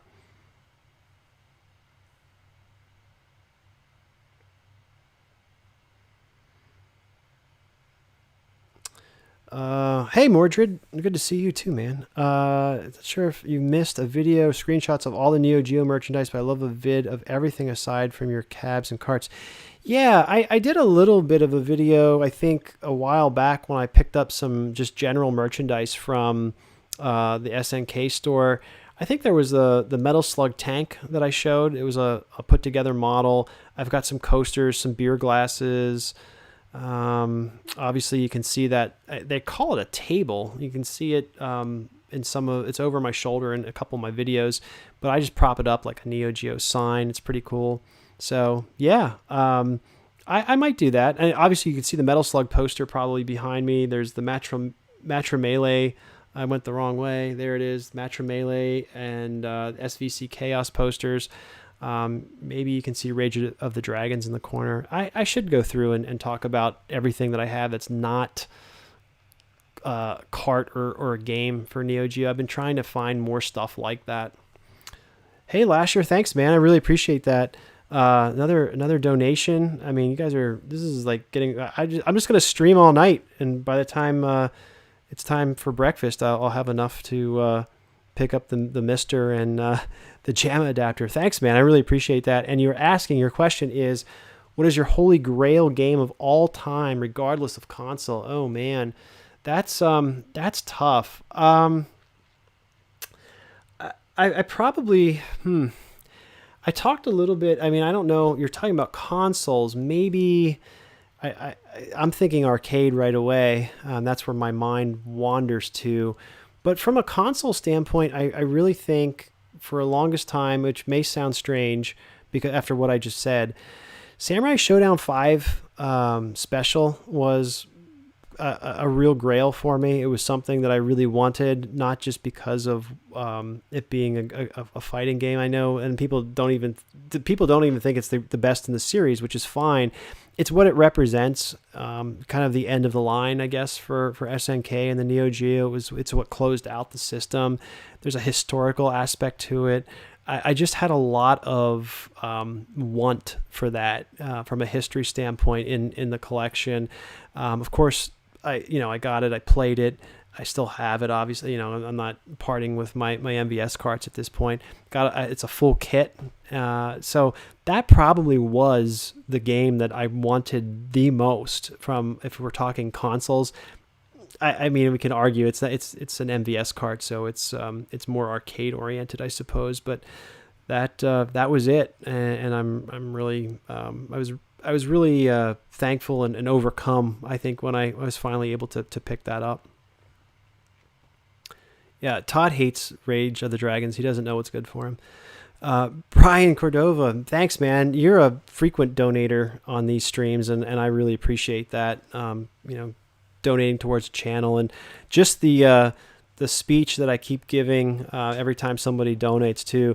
Everything that comes in through this stream is going towards something gaming related. I think we pretty much decided tonight. I'm gonna get the Mister and the JAMA adapter for the Mister. Probably not gonna pay for that tonight, but I do appreciate it, and that is what this will go towards. It will go right back into that equipment. I'll put together some videos and show that from a product standpoint, as well as going into the cabinets. I don't know when that's going to happen. I'm not promising that anytime soon. I don't even know when that's available, to be honest. But I will put this towards that and put those videos together. I am still live. I kind of lost track of time, Super Dimensional. I'm just kind of talking to people and enjoying this. You left and came back. I might be here in the morning. You don't even know. Mordred's asking, he was curious if I had the complete SNK sound collection. I don't. I have a couple CDs, but I don't have. I have Pulstar. I've got Metal Slugs 3 I just picked up, but I'm missing some of the other ones. What do I get to keep from the donation? Like what gets taken away? That's a good question. YouTube's definitely skimming some of this, probably 10%, if not more. I don't know, actually. I really don't know. I don't stream enough to know all of my monetary stuff.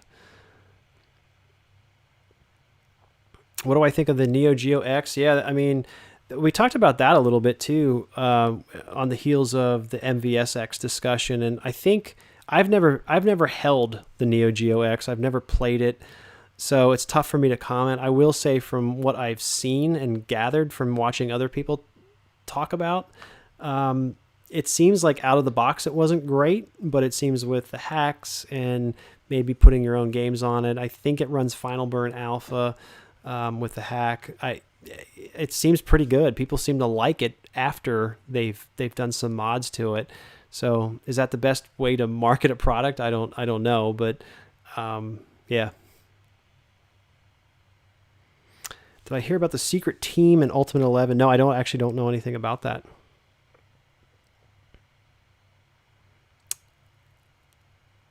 I highly doubt you stay on for the rest of. No, I'm with you. I probably will not be on here for the rest of the shift. I keep saying, my plan was to come on at 10 o'clock and go to 11. I think I started a little bit early, and now it's already after 11. The rest of the plan tonight was I was supposed to get on here, talk to you guys, see what was going on. I was trying to get some thoughts and feedback on the MVSX, and then I was going to spend the rest of the night working on that video that needs done for Monday. And at this point, I was like, I don't know if I want to do that, but that just means I'm going to have to spend all day tomorrow doing that.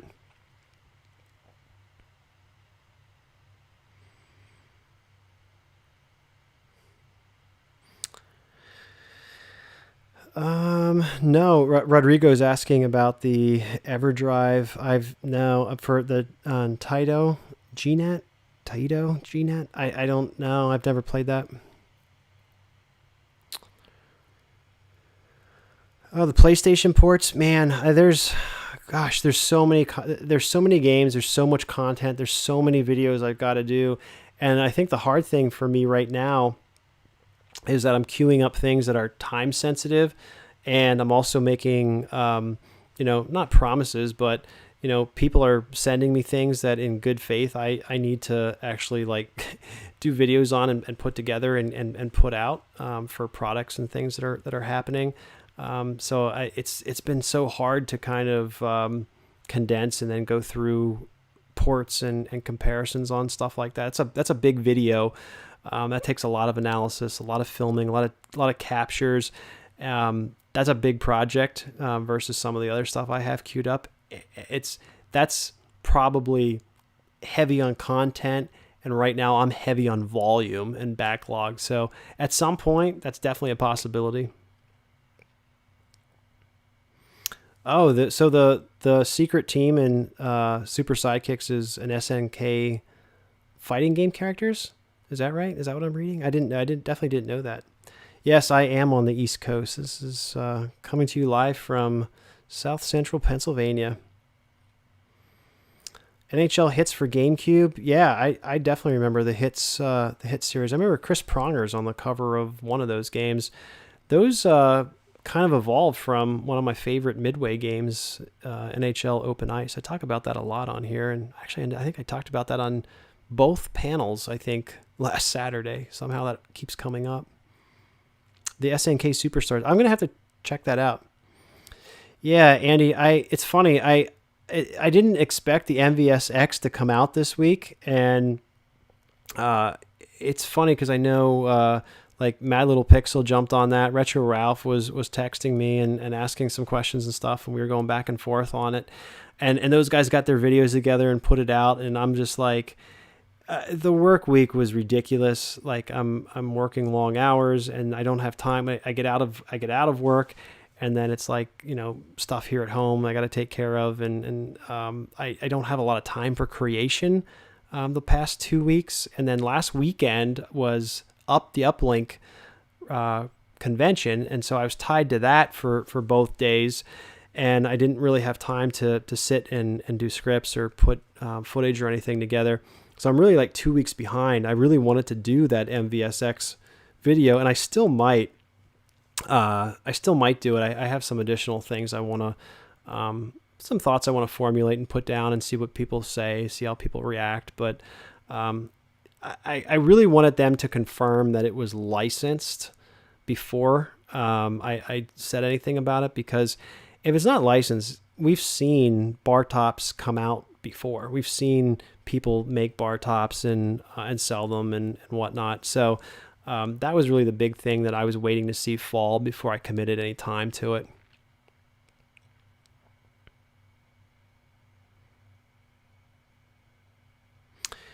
Jamination X, is he making...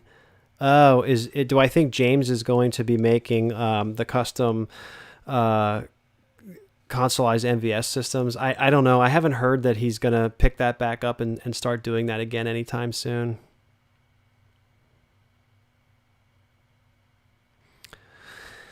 Oh, Charlie Cat's asking, what is your least favorite game console? Ooh, boy, that just sets me up for haters. You know, that's a tough one. There's usually something that I find redeeming about each console, even if I don't have a lot of games for it. I would have to say I wasted a ton of money on the Panasonic 3DO. I still have it. I still have the one I bought. I refuse to let go of it because at this point, it's a total loss, right? If I get rid, I don't ever play it. The best port of Super Street Fighter 2 was on that, so that's something redeeming. The music on that disc is awesome. Samurai Showdown, that's how I played Samurai Showdown back in the day, was on the Panasonic 3DO. There's some guilty pleasures on it, even if they're pretty shitty games like Demolition Man. I mean, Way of the Warrior is complete trash. They tried to rip off Mortal Kombat, and it did not work out. The effort was there. I appreciate what the 3DO is and what it tried to be. Trip Hopkins' dream, and how they tried to sell that system. I mean, it was touted as though it was going to be what the PlayStation eventually was, but it never lived up to that. I sold a ton of complete in box NES carts in order to fund buying the 3DO when it saw its first major price drop. But I never really got much value out of it. I mean, I tried to enjoy it in the time. Need for Speed's pretty good. Return Fire's pretty good on it. There's another game called Captain Quasar that's okay on it. There's a few titles here and there, but it's just... It's probably my least favorite because of all of the wasted potential that system had. Atari 2600. Oh man, that's the first console I ever had. There's so many games on the Atari 2600 that and that's always a tough thing to separate childhood memories and nostalgia from. Is it really good? I don't know. I like Stampede, River Raid, Adventure, Donkey Kong, Miss Pac-Man. There's a lot of games on the 2600 that I think still hold up. And especially at the time, that was the best that we had. So I don't know. I'm okay with the 2600. Yeah, regrets trading up to trash consoles. Well, that was the thing. Like, I mean, now as a grown adult, like I can still, like, I don't feel like I don't have to sell my Wii U in order to fund buying a Switch. Thankfully, because I'm okay with that financially. I can just buy the Switch at some point and not have to sell my old consoles. But back in the day, especially, when I was younger, when I didn't have a job, when I'm a kid, you had to do stuff like that. And that's my, I was crafty enough that I didn't sell my NES. Like I knew that there was a part of me that knew I wanted to hold on to that and keep that. And there were still games worth playing. Like Contra didn't go anywhere. Zelda didn't go anywhere. Super Mario Brothers 3. I didn't sell those. It was other stuff that I had that I unloaded. And yeah, I probably should have sold the common stuff at the time, but I didn't know any better. I think I mentioned to you guys before, Die Hard, complete in box, NES. I think I sold that for like, $12 maybe to somebody just to try to scrape together money for a 3DO. That's probably $250, maybe $300 to buy a Die Hard NES complete in box now. I don't know. Probably. I know it's not a cheap one.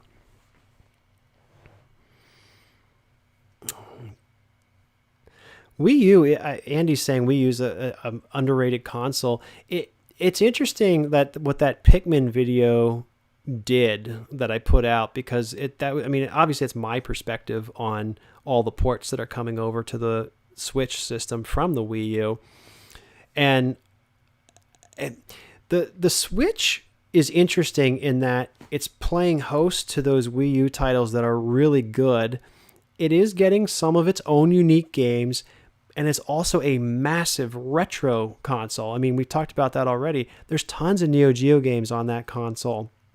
There's not just Neo Geo. I mean, you can go back through back catalogs. Obviously, Nintendo themselves has Super Nintendo games on there, and other systems that you can go through. And so it's opened this door for people that didn't necessarily hold on to those systems or forgot about them or are getting back into gaming, and they now have access to all this stuff. And so the Switch there's this perception that the Switch, and it's not just a perception, it is a reality for those individuals and some of you guys, I'm sure, that it is this all-in-one type of console. But for somebody like myself, and maybe some of you guys in the chat, if you've held on to your consoles, if you have a RetroPie, if you're emulating these games, and you have other ways to play that back catalog and those other titles, and you had a Wii U and have already played some of these ports, like a lot of you probably have, the narrow, like, there's this window on Switch. I'm trying to choose my words carefully. What is valuable on Switch starts to shrink a little bit for some of us because we have access to the retro games. We've played the Wii U games already, and now you're looking at a console that does not have its own unique Zelda game yet, doesn't have its own Metroid game. Splatoon 2, we could argue that that's Splatoon 1.5. It didn't feel like it was really groundbreaking to me, and I was a big Splatoon guy on the Wii U. I love playing those 3-minute online matches. So I think the Switch certainly, it has mainstream appeal, and I think it does do what it's supposed to do for the majority of players out there. But then there is that pocket of people that might be a little bit more hardcore that are like, hey, all these needs are already met elsewhere. What else you got? And I think Switch can be a little disappointing in that regard. But ultimately, I think you said the Wii U was underrated. And my point being very similar for the Wii U. I didn't buy the Wii U to play retro games. I didn't buy the Wii U to even play most third-party games. Modern gaming isn't all that exciting to me most days. I bought it to play original Nintendo games, and that's what I got. Wii U delivered on that. Wii U had a lot of really great titles. Like we just talked about, Splatoon was introduced there. We had some Zelda remakes, some HD remakes on that. Super Mario 3D World was awesome on the Wii U, and I felt like Nintendo really delivered for that niche group of people that were in it for that particular reason. And if you took that same mentality forward with you to the Switch, you might be a little disappointed, and that's what happened to me, I think. Oh yeah, the 3DO. There's tons of people who I think felt like they got shafted by the 3DO. Doom and Wolfenstein on Switch, yeah, sure, that's impressive. That's an impressive technical achievement to have those games put on to Nintendo Switch. I haven't started Wolfenstein. I heard it's not as good as Doom, but I'm still interested in playing it. Switch is very strong in shoot 'em ups. You're right. I actually have a few of the Switch games I held on to are actually shoot 'em ups, and I did buy Pulstar for the Switch just to play it on the go, which was nice.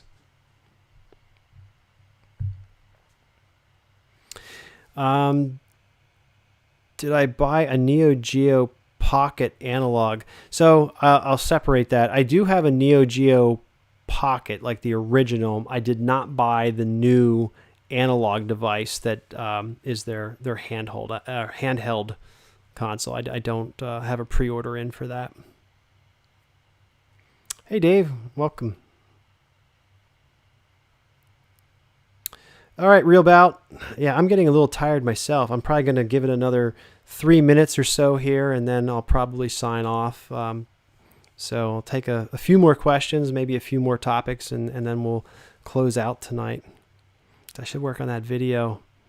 Mike G is going to be a little upset with me if I don't finish that. He wouldn't be. He's a pretty nice guy. Yeah, Pulstar is definitely it's on the Switch. They do a nice job with the Neo Geo ports on the Switch, because you can play the Japanese or the English version. There's tons of video filter options, stuff that you'll never use, but yeah, you definitely if you're interested in playing, I think they're like $7. You're interested in having them or having them on the go, it's definitely not a bad way to pick up and play Neo Geo games. Thanks, Sinister. It was really nice. I really appreciate everybody that stopped by tonight too, and especially the guys that donated towards the, I guess what is now the Mr. JAMA project. So that's really impressive, and I appreciate and very humbled by everybody that contributed to the channel. And again, just reiterating for the 9th time, that money will go directly to something for the channel and something that I'll show and display on the channel. Thanks, Lasher. I really appreciate it. I know you were a contributor tonight too, and I appreciate that. So, oh yeah, I see Dave's talking about some of the games that M2 is working on for Switch. Yeah, I would love to see those Toplin games come out. There's some really good shooters that I wouldn't mind having. I looked at boards. There's a couple boards I wouldn't mind having for my arcade, but hell, if that ends up on the Mister as a core and we get more of those boards, there might not be a need for me to try to hunt down some of that stuff. Yeah, that's a good point too. The SNK games on Nintendo allow you to listen to the music, and you changing it from Japanese to NTSC. Yeah, it is cool. See ya, Neo Severa. Thanks for stopping by. Lily, what's a Mister? Don't worry, we're going to get one and we'll show you. Maybe Lily can do a video on the Mister. That's what people will want to see. Yeah, there's a cave core being worked on. I know, that's awesome. That's another reason to pick up a Mister. So, good seeing you again, Mordred. Oh, speaking of Jamination X, there I don't know how long you've been here, but there he is, the Supreme Judge, everyone, and one of the guys who helped me out, especially early on with getting my cabinet up and running, and a true contributor back to the scene, forums, helping people, and running an impressive store, creating arcade specialty projects that people want and need. Jamination X.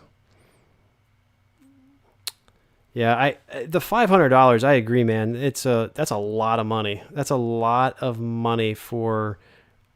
I mean, I know there's 50 games on it, but those games really aren't costing SNK all that much. So, yeah, the cave core is coming. I think the last I saw it was running. I think he was working on the sound. I don't think he had the sound up and running on the last demo that I saw of the cave core on Mister, but the visuals look decent and it seemed to be running okay. So, well, we are at time. I feel like I do need to get a glass of water at this point. I do need to go work on that video that will be out Monday. I'm committing myself to that. It has to be done Monday.